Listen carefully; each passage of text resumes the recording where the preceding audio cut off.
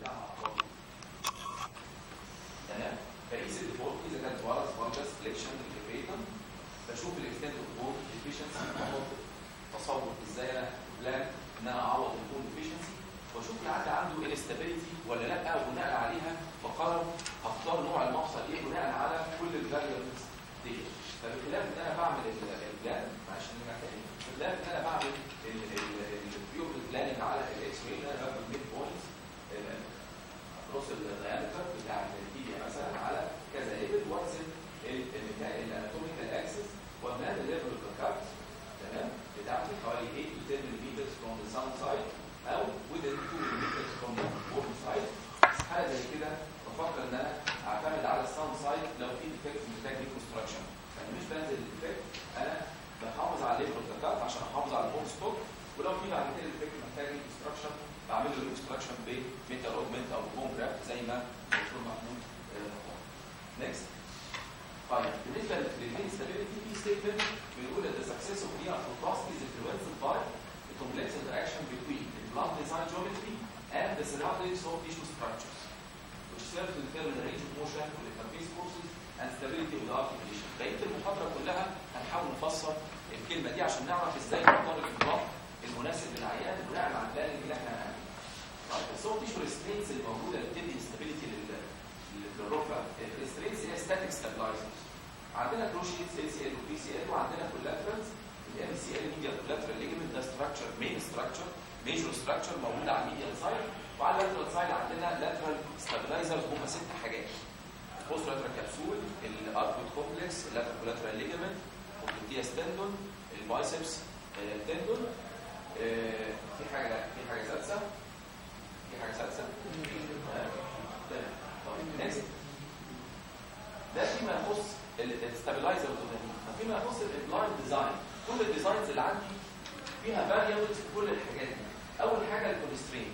الكونسترين ده معناه قد ايه التيبيال والفيمورال كومبوننتس معشقين في بعض، قد ايه فيهم انهرنت ستابيليتي، هل هم لوز وبيتحركوا على بعض ومحتاجين حاجه تديهم ستابيليتي، ولا هم معشقين في بعض ومش محتاجين حاجه تديهم ستابيليتي.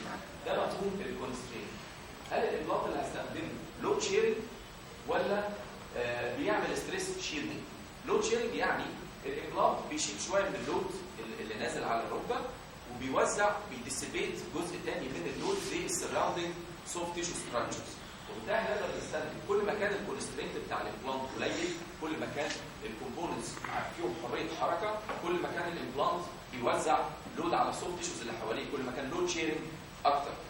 والعكس صحيح، لو بصينا للانترفيس فورسز، لو الامبلانت ده معشق في بعضه جامد، كونسترينت امبلانت الكونسترينت بتاعه عالي، كل ما كان الفورسز اللي نازله عليه ما بتبقاش ديسيبيتد للسوفت تيشوز، لكنها بتروح للفيكسيشن انترفيس، للبروتكتيف سيمنت بون انترفيس، وبالتالي ممكن تبريسبتيت لوزنج بدري عن الامبلانتس اللي الكونسترينت بتاعها اقل.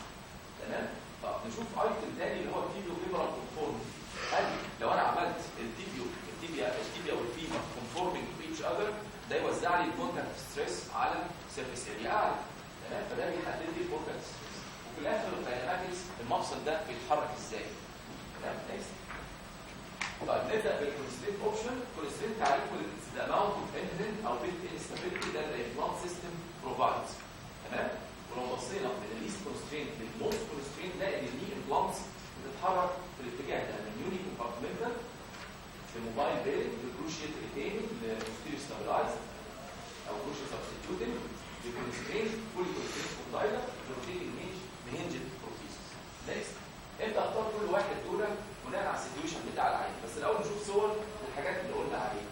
اولا الكونفورمينج، هل اعمل كونفورمينج سيرفيسز يعني فيها ديشنج، تمام؟ اللي بتيجي عامله زي ديش، فبالتالي الكونتاكت ستريسز بتوزع على سيرفيس اريا اعلى زي كده، ويبدا يقلل لي الوير اللي هيحصل في البولي كلين، ولا اخليها فلات كونتاكت اريا وده يخلي الكونتاكت ستريسز على نقط سيرفيس اريا اقل ويحصل فيها وير اعلى لان عليها لود بير يونت اريا اعلى. اعمل كده ولا كده؟ نيكست. البي سي ال اشيله ولا اسيبه؟ لو انا عندي البي سي ال الركب اللي فيها البي سي ال او النورمال ني في الفول اكستنشن بتبقى دي كونتاكت بوينت في 90 ديجري ريفليكشن، الكونتاكت بوينت بتترحل بوستيريور يعني بيحصل رول باك فيمورال رول باك. طب هو ايه ليه ربنا خلق لنا الرول باك اللي بيحصل في دي؟ اولا عشان كل ما ابني الركبه يحصل لي كليرنس من البوستيريور تيبيال بلاتو، يديني بوستيريور كليرنس عشان اقدر ابني الركبه زياده تو جين مور فليكشن. دي اول فاليو ان انا يحصل لي بوستيريور كليرنس من التيبيال بلاتو فاقدر اخد فليكشن زياده. دي اول فايده للفيمورال رول باك. ثاني حاجه لما راح على الكونتاكت بوينت بوستيريور بتبعد عن الباتيلو فيمورال جوينت، وبالتالي الليفر ارم اللي بتشتغل عليه الباتيلا او الكوادريسبس فيمورس اللي هي الاكستنسور ميكانيزم بيزيد. تمام؟ كل ما الليفر ارم يزيد كل ما كان الباور جنريشن بالكوادريسبس او الايفورت اللي بتبذله الكوادريسبس يبقى اقل، فبالتالي بحتاج انرجي كونسامشن اقل في النورمال ريت او في الاكتيفيتيز اللي بتحتاج اكستنشن. ثاني حاجه ان هو بيزود لي الليفر ارم اوف ذا كوادريسبس او بتاع الباتيلو فيمورال جوينت فور subsequent extension. تمام؟ ثالث حاجه ان انا الرول باك ده بيوزع لي الاحمال على سطح البلاتو. وبالتالي دي الفاليو بتاعت الفيمورال رول باك. فاذا ما كنتش هتحافظ على البي سي ال في الرول عشان يعمل لك الرول باك لازم تخلق ميكانيزم في المفصل تعوض لك الرول باك ده تعمله هي اللي هي الكروشيت سبستيتيوتنج ميكانيزم. تمام؟ نكست. طيب دلوقتي انا بقى عندي انت بتقول ان الديشنج او انك تعمل ويل كونفورمينج ارتكليتنج سيرفس بيقلل الويت لانه بيوزع الاستريسز على سيرفيس اريا اعلى. في نفس الوقت بتقول ان السيرفيس احسن يبقى فلات عشان يحصل عليه فيمورال رول باك. فده عمل لي حاجه اسمها كاينماتيك كونفليكت. عرفوها ان هي ان الكونفورمينج جوينت سيرفيس اوفر ذا بيست ويز ريزيستنس بات كونفليكت وذ ذا بي سي ال كاينماتكس انها ممكن ما تخليش الرول باك ده يحصل افيشنت. نكست. تمام؟ اخر حاجه انك لو سبت البي سي ال في حالات الديفورمتي اللي هي سيفير ديفورمتي او مودريت تو سيفير ديفورمتي اكثر من 15 ل 20 درجه وخلاص بره سلكشن بيبقى البي سي ال كونتريبيوتنج فاكتور للديفورمتي. فما تقدرش تسيبه لان البالانسنج بتاعه بيبقى صعب. تضطر انت تسكرفاي وتحط كروشيت سبستيتيوتنج امبلانت بالذات ان هو ثيوريتيكلي على لونج تيرم لقوا ان الكروشيت ريتيننج والكروشيت سبستيتيوتنج الاوت كام بتاعهم واحد على اللونج تيرم فور بعد 10 سنين. تمام؟ فبالتالي التايب بي سي ال بيعمل لي انتيريور ليفت اوف فينومينا، بيعمل لي تايت فليكشن جاب وبيعمل لي انتيريور ليفت اوف البوليثيلين، بيعمل لي حاجه اسمها سيسو افكت ان هو بيهرس البلاستيك من انتيريور لبوستيريور في اول ثرو رينج اوف موشن لانه عامل لي تايتنس. ممكن يعمل لي حاجه اسمها بارادوكسيكال رول فورورد بدل الركبه ما ترول باكورد. التايتنس اللي عملها البي سي ال بيضطر الفيمر ده تتزحلق فورورد على التي بي. فدي مشكله التايب بي سي ال. لو انت سبت تايب بي سي ال في نكست. طيب يبقى دلوقتي يا اما احافظ على البي سي ال او اعمل ميكانيزم تعوضه ويبقى الارتكليتنج سيرفيس ريلاتيفلي فلات او في سلايد ديشنج عشان الرول باك ده يحصل. تمام؟ او الناس اللي كانت بتحافظ على البي سي ال اقدر ان انا اعمل كونتاكت سيرفيس اريا واسعه. دي مفاهيم الامبلانت ديزاين وازاي انا هميكس اند ماتش حاله المريض بين الامبلانت اللي انا هختاره. نكست. طب نبدا اول حاجه باليوني كومبارتمنتال. نكست. يوني كومبارتمنتال ستريكت بستعملها يوني كومبارتمنتال ديزيز، يعني الاكستنت باثولوجي واخد الميديال كومبارتمنت والبنين او اللاترال كومبارتمنت والبنين. اليوني كومبارتمنتال ما بقدرش ان انا اصلح فيها ما اقدرش اعمل بالانسنج اصلح فيها الكواليتي ولا اقدر ان انا اعمل بالانسنج وريليز انف ان انا اريستور رينج اوف موشن. فيها جود رينج اوف موشن. ده بيتسنى لينا في عيان موست بروبلي بيبقى ان اتش عنده فانكشنال اي سي ال عنده جود باتيلو فيمورال فراجمنت. دي شروط اليوني كومبارتمنتال. هل ينفع اعملها في الروماتويد؟ ما اقدرش اعملها في انفلاماتوري ارثرايتس لان ده باثولوجي اكستنسيف واحد من الجوينت كله. الاوستيوبروزس اوف ذا ميديال فيمورال كوندايل لوكس لايك ا جود انديكيشن بس ميك شور ان انت في الام ار اي الاوستيوبروتيك اريا ما هياش اكستنسيف كوندايل عشان تطمن على الفيكسيشن بتاعك الكواليتي فيكسيشن انها ما تبقاش في البروتين. نكست. الموبايل بيرنج دلوقتي قلنا ان الموبايل بيرنج دلوقتي غير ان هو بيديني فليكشن اكستنشن اتخلق فيه انترفيس تاني ما بين البوليثيلين انسرت وما بين التيبيال بيز بليت. التيبيال بليت بيحصل عليها الرول باك رولينج والروتيشن روتيتنج بلاتفورم والجلايدنج اللي هو بيشابه الفيمورال رول باك. تمام؟ وبالتالي في لود شيرنج امبلانت بتديسيبيت بتتحرك بتريبليس الكاينماتكس اوف ذا نورمال دي وبالتالي بتشير اللود اللي عليها مع السراوندينج سوفت تيشوز. بالتالي تحتاج عيان يانج اكتف، عنده جود سوفت تيشو ستراكشرز، انتاكت كولاترالز. تمام، دي شروط الموبايل بيرنج. انا بميل ان انا استخدمها في عالي يانج واكتف، عنده ستيبل دي، عنده بالانس الكولاترالز، بيديني بيتر كاينماتكس، هي لود شيرنج. بيتر كونفورميتي طبعا، لان انا نقلت حركه الفيمورال رول باك او الجلايدنج على انترفيس تاني اللي هو ما بين البلاستيك والتيبيال بلاي، وقدرت ان انا اعمل هايلي كونفورمينج جوينت سيرفيس ما بين البولي ايثيلين والفيبر. تمام، لكن منها وكانت بتديني ليس كونتاكت بريشر، لكن ظهرت منها باك سايد وير اللي بقى فيه انترفيس تاني بتحصل عليه الحركه اللي هو الاندر سيرفيس اوف ذا بلاستيك. تمام، ده العيان ده بختار له الموبايل بيرنج. نكست، البروشيت ريتيننج. احنا قلنا فوائد البي سي ال ريتنشن ان هو اتس جود فور رينج موشن، لانه بيعمل رول باك، بيديني بوستير كليرنس، بيعمل لي رول باك بطريقتها، بيحافظ على البروبريسبشن وبالتالي بيديني كلير نورمال كيس، بيديني ستابيليتي ات ذا باك سايد اوف ذا ني، بيديني ريجناتس كنترول اوف ذا هوريزونتال فورسز بارا، بيقلل الستريس على الانترفيس بونز من الانترفيس. تمام، وده شكل البروشيت الثاني اللي هو بيبقى فيه كات اوت الفيمورال كومبوننت للبوستير بروشيت، وبيبقى كاتراكتلي ليس كونفورمينج سيرفيس. نيكست، او هاو البوستير ستابلايز البلان. البوستير ستابلايز كل الفكره ان احنا في الفيمورال سكان اتعمل بوست في التيبيال بولي ايثيلين. تمام، بحيث انها تنجيج الفيمورال كافيتي ات 6 ديجريز اوف فليكشن، وتبدا يحصل بعد كده الرول باك. طب بحتاجه لما انا بحاول كوريكت الديفورمي فيكس الفارس فالجاس فليكشن، بي سي ال ده ديفورمي فورس، بشيله عشان اقدر اصلح الديفورميتي احسن. سيميلر تكنيك لان انا بقطع سنجل كات على السيرفس اوف ذا بلاتو، ما بشغلش نفسي ان انا احافظ على البي سي ال ستامب في الفوت برنت اللي على التيبيال سيرفس. تو الاو مور كونفورميتي ان انا اقدر اخلي الارتيليري سيرفس مور كونفورمينج طالما عملت ميكانيزم تعوض البي سي ال. البروشيت بالانس صعب، لو حاولت تعمل بالانس ممكن تبوظ الانتجريتي بتاعته، وده دروباك، وافويد بقى الدروباكس بتاعت التايب بي سي ال سي سو افكت والبارادوكسيكال رول فورورد والكلام اللي قلنا عنه. نيكست، طب تيجي السبستيوت ميكانيزم. انا عند 60 درجه فليكشن تبدا التيبيال بوست تنجيج الفيمورال كام، وبعد كده عند 90 120 بروجريسفلي بيحصل الرول باك، بيحصل في الميكانيزم ده. نيكست، طيب الفليكشن ديفورميتي انا اوريدي عندي تايب بوستير ستراكشرز، البي سي ال واحد منها، وانا بعمل التي 80 فليكشن ديفورميتي اي هاف تو ان انا اشيل البي سي ال واعمل بوستير ريليز. نيكست، زي ما احنا شايفين بشيل البي سي ال وريليز الفوت برنت بتاعته من الفيمر والتيبيال، واحط بروشيت سبستيوتنج انفورم. نيكست، طيب انا اول اكزامبل في ريكل بارتن مين، بوستر في ريكل بارتن مين، زي ما انتم شايفين البي سي ال incompetent insufficient، مش مأدي الفانكشن بتاعته.